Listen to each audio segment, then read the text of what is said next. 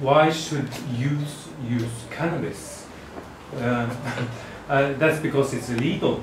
You can you can protest against the society, and then it's the most vulnerable that will protest against the society, because now they can commit a crime without hurting anyone, because cannabis is illegal. It's exciting.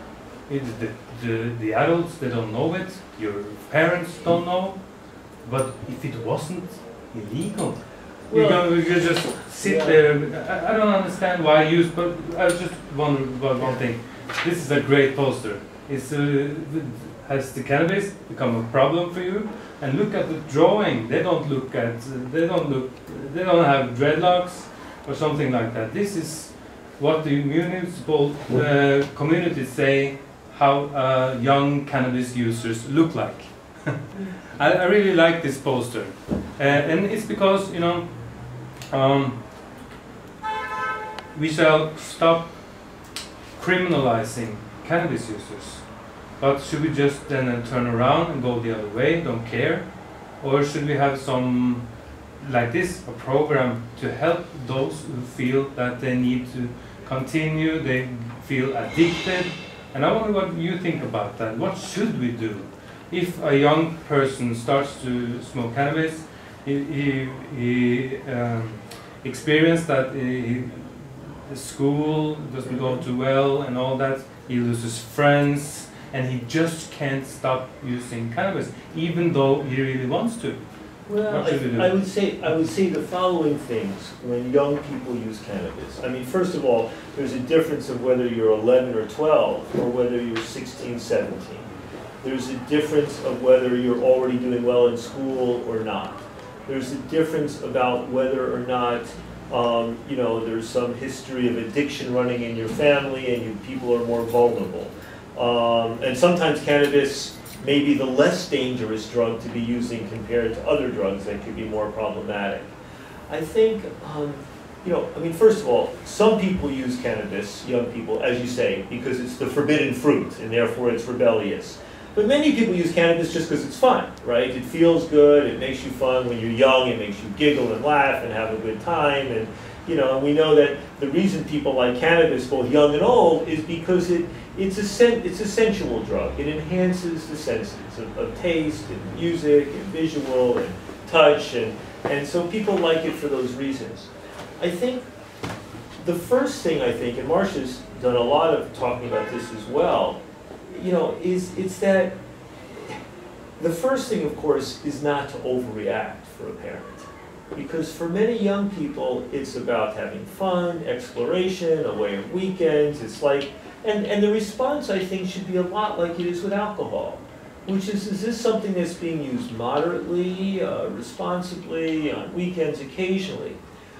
When a young person starts smoking it every day, and if they start what we say in America, wake and bake.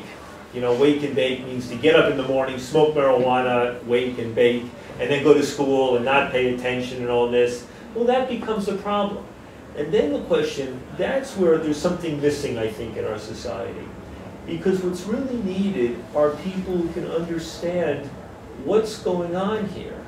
For some young people, it's because they're depressed or because they're alienated. For some young people, the marijuana may be playing a semi-medical role in terms of treating an underlying medical condition, right? And so what's needed and what's missing are people who are experts in understanding why an adolescent is misusing marijuana and in trying to understand what to do about that. Because one possibility is you start to drug test the kid for marijuana and then they start to turn to more dangerous drugs. Or the doctor says, get off the marijuana, put them on a pharmaceutical. Well, the pharmaceutical may be better or may be worse. You need to know. Or they may turn to alcohol, maybe using marijuana instead of alcohol, and you don't, you know, marijuana, you know, for some people alcohol is less problematic, for some it's more problematic.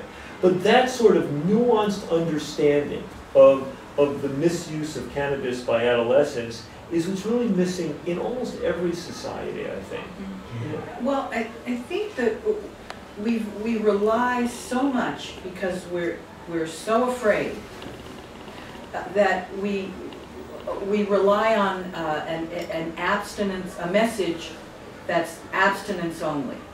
And we, as parents, we think, okay, this one I'm going to be really strict about. No drugs, no cannabis, no nothing. And I think that what happens when a parent does that is two things.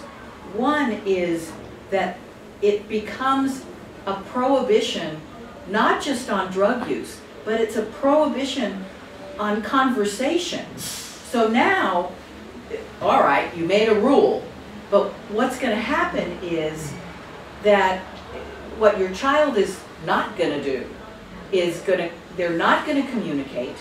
You don't have the opportunity to try and figure out what's going on with them. And they're probably not going to stop either. So the kinds of questions you might want to ask, what's going on with you, you just cut that off right there.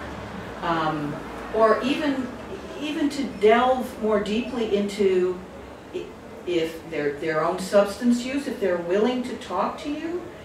A prohibition, abstinence-only kind of posture, I've seen it a lot, and I would have liked it, actually. I have two children who are now grown up, but I would have preferred abstinence, but I knew, given the cultural context of where I was, that experimentation was pretty likely, and I knew that I needed a plan B, or a fallback strategy. And a lot of the fallback strategy was about having enough conversation so that I could get information, and I could give a little information too. So I don't know if that answered what you were asking, but I think the approach, and also, knowing what's going on and recognizing when there's a problem and when there's not a problem is really critical. And if you know your kid, you know something is up when something's really, really wrong.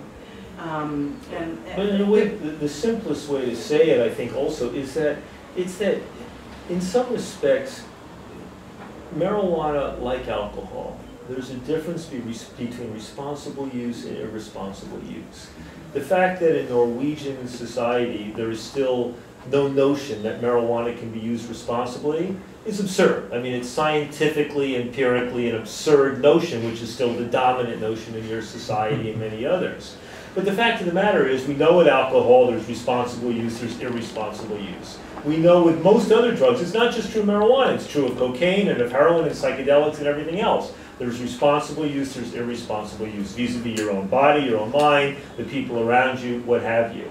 And the only thing that stands in the way of understanding that is popular prejudice and ignorance. Mm-hmm. Are you all aware, or is it common knowledge in Norwegian society that the President of the United States of America was a pot smoker?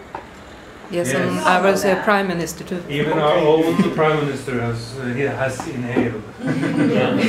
Yeah. Right. You're allowed to do it, just don't talk about it. Yeah, when sometimes I have debates and then people talk about the gateway theory of marijuana, I'll tell you what it's a gateway to. It's a gateway to the White House.